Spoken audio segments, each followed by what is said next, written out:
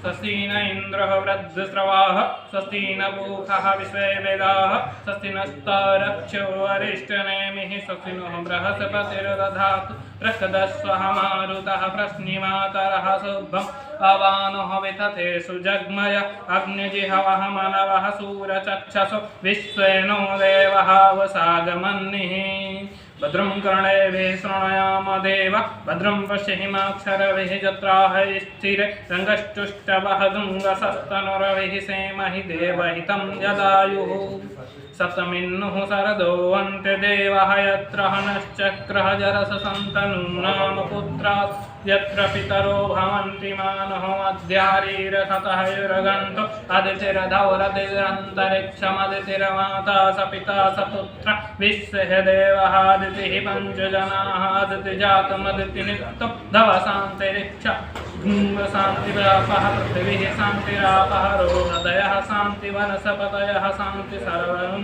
शान्ति महाशान्तिरेधि यतो यथा समिः से ततो नो भयं कुरु सन्नः कुरु प्रजाभ्यो भयं नः पशुभ्यः ॐ शान्तिः शान्तिः शान्तिः सुशान्तिर्भवतु। श्रीमन्महागणाधिपतये नमः। नमः परात्मभ्यो नमः सर्वेभ्यो ब्राह्मणेभ्यो नमः। ॐ यतः श्रीमन्महानगाधिपतये नमः।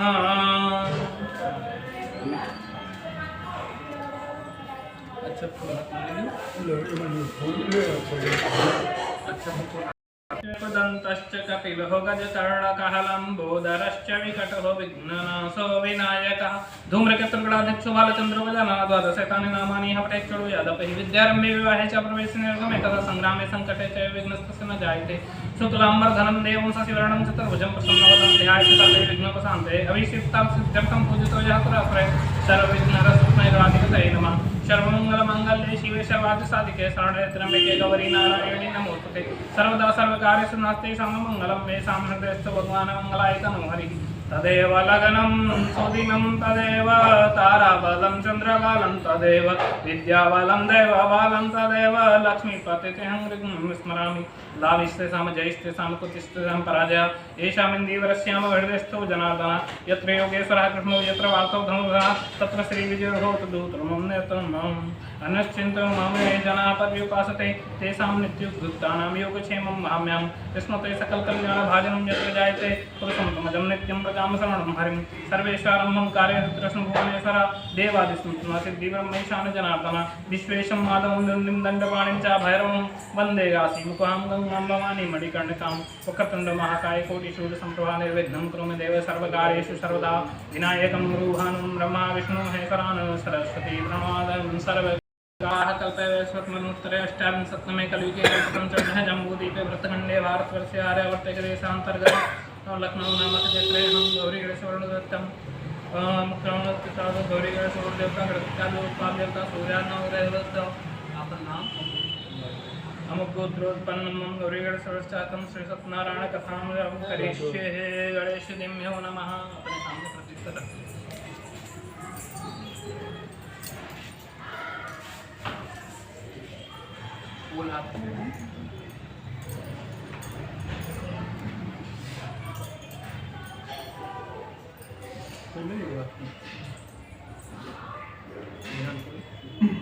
ओम गणानामत्वा गणपतिः हवामहे प्रियाणामत्वा प्रियपतिः हवामहे निधिनामत्वा निधिपतिः हवामहे वसोमं महमजासि गर्भधं मातो मजासि गर्भधम्।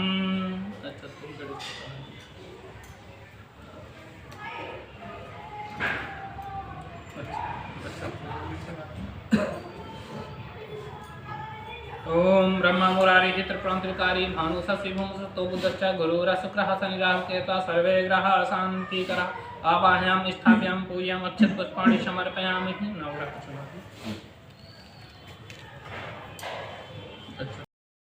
महिमानस्य तृणार्थस्य पूजाय च पादो अस्य विश्वानभूतान त्रिपादस्य देवीः गंगोदकं निर्मलं च सर्वं संयुक्तं पाटीरपूताने केशवैकृत्य दूर्वादक्षलम्पूतं परिभूषितं मेकलक्ष्मीपते ते युगं करमाघं भक्तयः पूरिकाम्। ॐ ततो विराडजायस्य विराजो अधिपुरखा प्रजातो अरिश्च तत्पश्चातो माथो पुरः।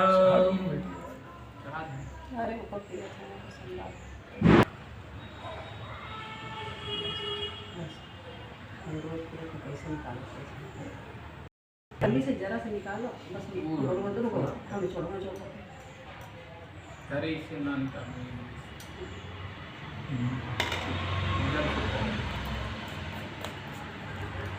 जल से करा दीजिए। गंगा च यमुना च गोदावरी सरस्वती नर्मदा सिंधु कावेरी स्नानार्थं सन्निधं कुरु।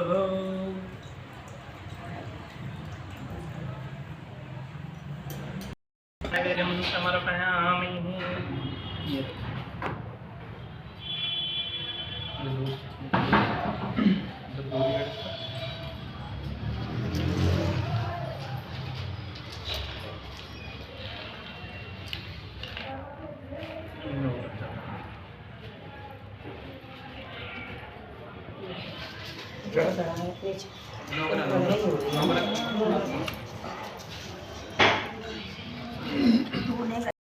ने कहा एक समय नैमिषारण्य में सौनक इत्यादि 88,000 ऋषियों एकत्र होकर के पुराण एवं शास्त्र के याता सूत जी महाराज से कहते हैं कि व्रतेन तपसा किं वा प्राप्त वंचितं फलं तत्स सर्वं श्रोतुमिच्छाम कथयस्व महामुने।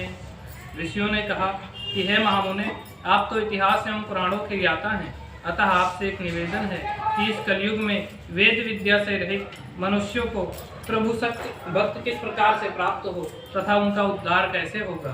इसलिए है मुनिश्रेष्ठ, कोई ऐसा व्रत या तप कहें या ऐसा कोई अनुष्ठान कहें जिससे थोड़े ही समय में मनुष्य को पुण्य मिल सके एवं मनवांछित फल की प्राप्ति हो सके।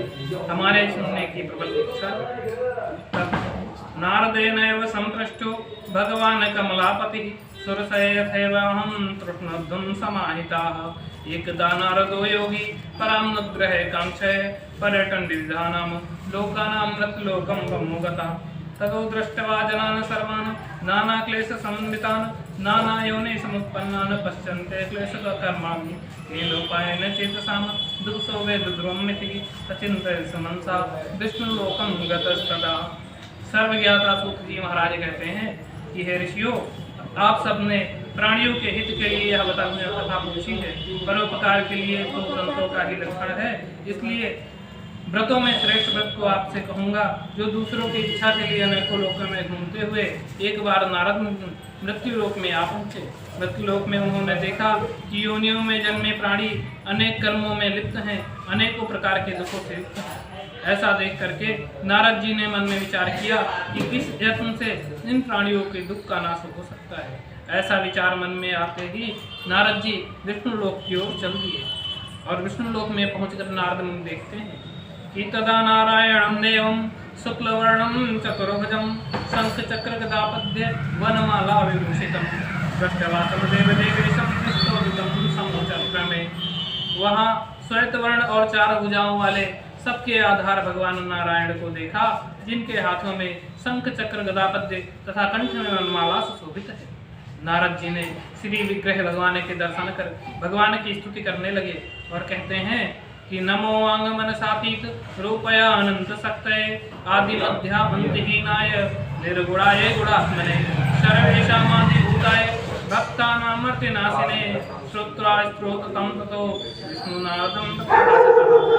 नारद जी बोले कि हे भगवान, आप अत्यंत शक्ति से संपन्न हैं, मन तथा वाणी भी आपको पा नहीं सकती।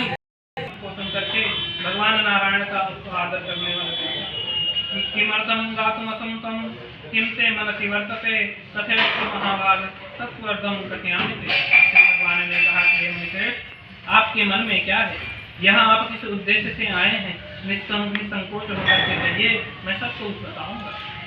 तब नारद जी महाराज कहते हैं कि मर्तलोके जनाः सर्वे नाना क्लेश समन्विताः नाना योनि समुत्पन्नाः पश्यन्ते पापकर्माभिः तत्कथं सम्मयनाथं लघुपायेन तद्गं श्रोत्रमिच्छामि तत्वर्धं कृपा अस्ति यदि नहीं। नारद जी ने कहा है प्रभु, मृतलोक में प्रायः अपने अपने पाप कर्मों के द्वारा विभिन्न योनियों में उत्पन्न सभी प्रकार के अन्य प्रकार के दुख से दुखित हो रहे हैं। हे नाथ, यदि आप मुझ पर कृपा रखते हैं तो बतलाएं कि उन मनुष्यों का दुख किस प्रकार से दूर कर सकते।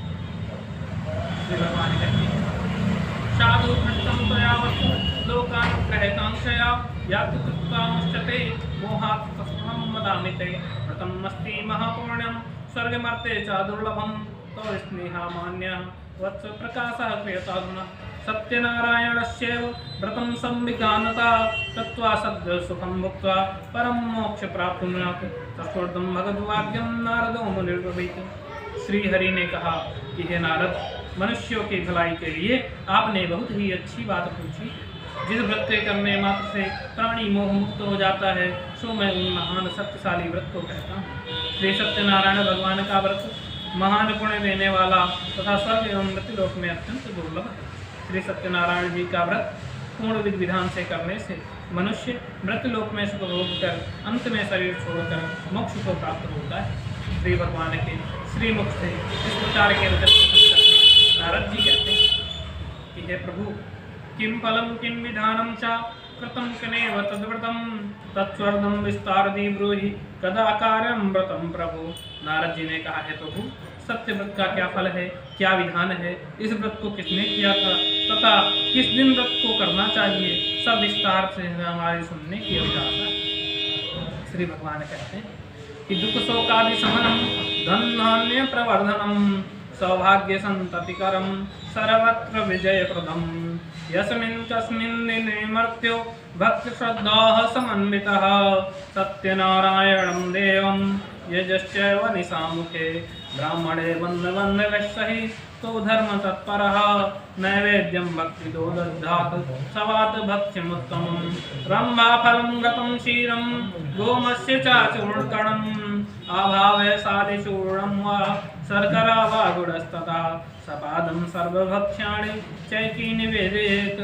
श्री भगवान ने कहा कि नारद, दुख शोक आदि को दूर करने वाला, धन धान्य को बढ़ाने वाला, सौभाग्य संतत तथा संतान को देने वाला, सभी स्थानों पर विजय दिलाने वाला,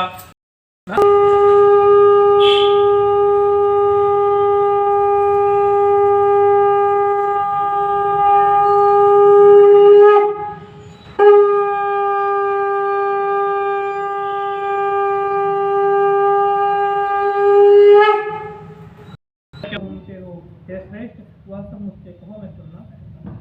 ब्राह्मण बोला कि ब्राह्मणो अति दरिद्रो अहम भिक्षार्थे ब्रह्म में महीम उपायं यज्जानासि कृपया कथय प्रभु। ब्राह्मण बोला कि हे प्रभु, मैं बहुत ही निर्धन ब्राह्मण हूँ, भिक्षा के लिए पृथ्वी पर प्रतिदिन घूमता रहता हूँ। हे भगवान, आप इस निर्धनता से छुटकारा दिलाने वाला कोई उपाय यदि जानते हो तो कृपा पूर्वक बतलाइए। वृद्ध ब्राह्मण बोले कि सत्यनारायणो विष्णुवंचितार्थ फलप्रदः तस्य तं पूजनं विप्र पुरुष्य व्रतमुत्तमं यात् तत्त्वा सर्वदुःखेभ्यो मुक्तो भवति मानवः विधानं च वरव्रतस्यापि विप्रस्य भासि रत्नं सत्यनारायणो व्रतं स्तुवन्तर्लीयते तद्व्रतं संकृष्यामि यद्युक्तेन ब्राह्मणेन वै इति सचिन्तयन् विप्रासो रात्रो निद्रा न लब्धवान्। वृद्ध ब्राह्मण रूपी भगवान श्री विष्णु जी ने कहा कि हे ब्राह्मण देव, आप भगवान श्री सत्यनारायण स्वामी का व्रत पूजन कीजिए, वही आपके दुख को दूर करने वाले हैं। तुम सत्यनारायण भगवान का पूजन करो। सत्य व्रत करने से मनुष्य सभी दुखों से मुक्त होता है। ब्राह्मण को यत्न पूर्वक व्रत का विधान बताकर बूढ़े ब्राह्मण अंतर ध्यान हो गए और जिस व्रत को करने मात्र से इस प्रकार की संपत्ति को पा सकता था, यही सोचते हुए रात भर उस ब्राह्मण को नींद नहीं आई। ततः प्रातः समुत्थाय सत्यनारायण व्रतं करिष्ये इति संकल्पं भिक्षार्थं गदाधिया तस्मिन्नेव दिने विप्रः प्रचुरं द्रव्य प्राप्तवान् तमेव वन्दवीशार्धं व्रतस्य मृत्युरार्थे सर्वदुःखविनिर्मुक्तो सर्वसम्पत्ति बभूषा द्विश्रेष्ठ व्रतं च तत्प्रभावता तत्प्रवृत्कालं च मासे मासे व्रतं कृतं एवं सत्यनारायणस्य व्रतं कृतं द्विजोत्तमं सर्वपापविनिर्मुक्तो दुर्लभं मोक्ष प्राप्तवान्। तदंतर वह ब्राह्मण श्रेष्ठ ब्राह्मण सभी पापों से मुक्त होकर के दुर्लभ मोक्ष को प्राप्त हुआ। व्रतमस्य दाविप्र पृथिव्याम संकरिष्याति। ब्राह्मणों, इस तरह नारायण के श्रीमुख से कहा हुआ यह व्रत मैंने तुमसे कहा। हे ऋषियों, और क्या सुनना चाहते हैं? तब ऋषि लोग बोले कि तस्माद् विप्रच्छतेन पृथिव्यां चरितं मुने तत्त्वं श्रोतुमिच्छामि श्रद्धास्माकं प्रजायते। ऋषियों ने कहा, हे मुनीश्वर, पृथ्वी में उस ब्राह्मण से सुनकर किसने इस व्रत को किया, यह सब भी हम सबकी सुनने की इच्छा। तब सूत जी महाराज कहते कि शृण्वध्वं मुनयः सर्वे व्रतं मेन कृतं भुवि एकदा साधुजवरो यथा विभो विस्तरे बन्धुभिः स्वजनैः सार्धं व्रतं कर्तुं समुद्धतः तस्मिन् तरे काले काष्ठक्रेताश्रमागतम्। बहिकाष्ठं च संस्थाप्य विप्रस्य गृहमाययौ तृष्णया पीडिता मां च दृष्ट्वा विप्रकृतं व्रतं प्राणिपत्यं द्विजप्राहं किमृतं कृते किं फलं मोत विस्तारदे वद मे प्रभु। श्री सूत जी महाराज बोले, यह मुनियों, पृथ्वी में जिसने इस व्रत को उस ब्राह्मण से सुनकर किया वह कथा कहता हूँ। एक बार वह ब्राह्मण धन एवं ऐश्वर्य के अनुसार अपने बंधु बांधवों के साथ में भगवान का व्रत कर रहा था। उसी समय एक लकड़हारा लकड़ी का गट्ठर बांध करके ब्राह्मण के घर पे आया। घर के बाहर अंदर देखा कि भगवान का पूजन हो रहा है। लकड़ी के गट्ठर को घर के बाहर रखकर भीतर प्रवेश किया। देखा वही भिखारी ब्राह्मण जो एक दिन भिक्षा मांगते करते थे, आज धन धान्य के साथ में भगवान का पूजन कर रहे हैं। यह सब देख करके वह बैठ करके भगवान की पूजन को देखने लगा। इसके पश्चात में ब्राह्मण देवता से पूजन के पश्चात में पूछा कि कृपा करके विस्तार से कहें कि यह धन धान्य किस प्रकार से आपको प्राप्त हुआ और यह किसका पूजन कर रहे हैं। तब ब्राह्मण देवता कहते हैं, सत्यनारायणस्य व्रतं सर्वस्तं पुरं तस्य प्रसादं मे सर्वं धन्याधिकं महत् तस्मादेतं व्रतं ज्ञात्वा काष्ठस्वेता हर्षितं तपोजलं प्रसादं च भुक्त्वा स नगरं ययो सत्यनारायणं देवं मनसा यत् चिन्तयत् काष्ठस्वेता विक्रतो ग्रामे प्राप्ते च यद्धनं तनेव सर्वदेवस्य करिष्ये प्रत्युक्तमिति सत्य मनसा काष्ठं धृत्वा तु मस्तके जगाम नगरं ययो धनिनं यत्र संस्थिते तद्धने काष्ठमूलं च द्विगुणं प्राप्तवानसो। ब्राह्मण ने कहा कि सभी मनोकामनाओं को पूर्ण करने वाला श्री सत्यनारायण भगवान का व्रत है। इस प्रकार के व्रत के प्रभाव से मेरे यहाँ महान धन धान्य की प्राप्ति हुई। ब्राह्मण से इस व्रत के बारे में जान करके लकड़हारा बहुत प्रसन्न हुआ। चरणामृत और प्रसाद का ग्रहण कर वह नगर में चला गया। लकड़हारे ने मन में इस प्रकार का संकल्प किया, आज के दिन लकड़ी बेचने पर जो कुछ प्राप्त होगा मैं श्री सत्यनारायण स्वामी का व्रत करूंगा। यह विचार मन में करते करते रोज यहाँ पर लकड़ी बेचता था, उससे आगे चला गया। वहाँ पर धनी लोग रहते ही थे। जाते ही लकड़ियों का दूना दाम प्राप्त हुआ और धन धान्य से युक्त होकर के वह लकड़हारा भगवान का पूजन करने के लिए कुशल हुआ। तत्र प्रसन्न सर्वं सुपक्वं फलं शर्कराग्रहं च उमस्य च दुर्गणं प्रसादं च गृहीत्वा स्वगृहं ययो सकार विधिना पुत्रान्। इस प्रकार विधि विधान से भगवान का पूजन किया और जब तक इस संसार में रहा सुख को व्रत किया, अंत में वैकुंठ को प्राप्त हुआ। इस श्री सत्यनारायण श्री सत्यनारायण की अध्याय है। एक बोलो श्री सत्यनारायण स्वामी की जय।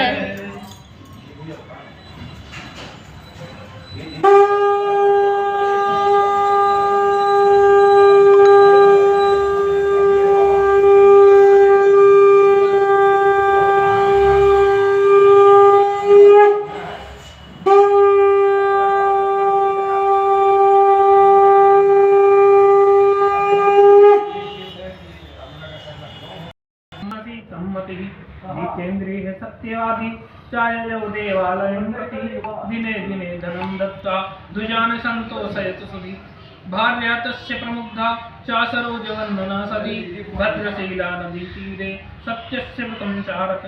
तस्मिन् तरे तत्र साधुरेकः समागतः वाणिज्यार्थं बहुधनरेकः परिपूरितः नामं संस्थाप्य तत्तीरे जगाम नृपतं प्रतिः दृष्ट्वा चारुरूपं प्रपच्य विनयन्वितः।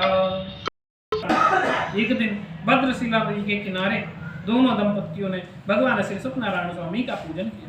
जिस समय वह पूजन कर रहे थे उसी समय राजा अपने परिवार के साथ में जब उस समय पूजन कर रहा था, साधु वैश्य नाम का एक व्यापारी उस स्थान पर आया। भद्रशिला नदी के तट पर अपनी नौका को खड़ी करके राजा के पूजन को विनयपूर्वक देखने लगा। फिर राजा से पूछा, साधु ने पूछा कि किमिदं कुरुषे राजन भक्तियुक्तेन चेतसा प्रकाशम करो तत्स्वर्गम श्रोतमिच्छाम शाम्प्रतम। साधु ने कहा, हे राजन, भक्ति युक्त चित्त होकर के आप किसका पूजन कर रहे हैं? मेरी सुनने की इच्छा है, यह आप मुझे बताने की कृपा करें। तब राजा बोले कि पूजनम क्रियते साधु विष्णुरतुल तेजसः व्रतम च स्वजन सारधम पुत्रवाब्धि कामया। राजा बोले कि हे साधु, अपने बंधु बांधवों के साथ में सुपुत्र प्राप्ति के लिए महाशक्तिशाली सत्यनारायण स्वामी का पूजन कर रहा हूँ। भूपस्य वचनम सानंदो ग्रामागतः भार्याय कथितं सर्वं व्रतं संतप्तिदायकं तदा व्रतं करिष्यामि यदा मे संतति भवति। लीलावती प्राह पतिमिं साधु स सत्तमः। राजा के वचन को सुन करके साधु वैश्य आदर के साथ बोला कि हे राजन, मुझसे इस व्रत को करने का विधान करते हैं, अतः आपके कथनानुसार मैं भी इसको करूंगा। मेरे भी कोई संतान नहीं है। राजा से इसके विधान को सुन करके साधु व्यापार संयुक्त होकर के आनंद को प्राप्त करके साधु अपने स्त्री के साथ में इस व्रत को निभाने लगा। कहने लगा, देखिए, संतति देने वाला एक व्रत मैं रुकामुख राजा के मुख से सुनकर आया। इस व्रत को मैं अवश्य करूंगा यदि मुझे संतान प्राप्त होगी। लीलावती ने इस प्रकार वचन सुन करके एकस्मिन् दिवसे तस्य भार्या लीलावती सती व्रतयुक्त नंद चित्ता गर्भोद्य परायणः गर्भिणी सावस्थ तस्य भार्यास्य प्रसादता 10वें मासे वै तस्य कन्या रत्न जायत। दिने दिने सावरोध्ये शुक्लपक्षे यथा सती नाम्ना कलावती चेत तन्नामकरणं प्रथम। ततो लीलावती प्राह स्वामिनं मधुरं वचः न करोषि किमर्थं मयि पुरा संकल्पितं व्रतम्। एक दिन उस पत्नी लीलावती से आनंदित होकर के सांसारिक धर्म में प्रवृत्त होकर के सत्यदेव की कृपा से तपस्वी थी तथा